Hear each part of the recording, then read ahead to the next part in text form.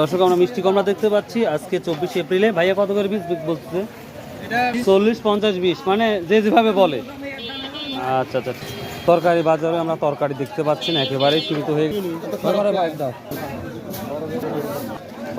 খারাপ থাকে। প্রিয় দর্শক সকালে 1400 এখন 1300 বলছে, তো মোটামুটি ভালোই লাগছে, পরিষ্কার পরিচ্ছন্ন। কত বড় ভাই? 1000 টাকা না? চিচিঙ্গা 1000 টাকা মন। কেরবাজা বাটা ঢাড়স কত বলছি বেটা? এখনো দাম বলে নাই। দর্শক পাইকারি কত করে বলছে? ও আচ্ছা, 20 টাকা একটা বিক্রি করলো, ভালোবাসি, আশা করি আরো দাম হবে। ওর কত করে বলছে?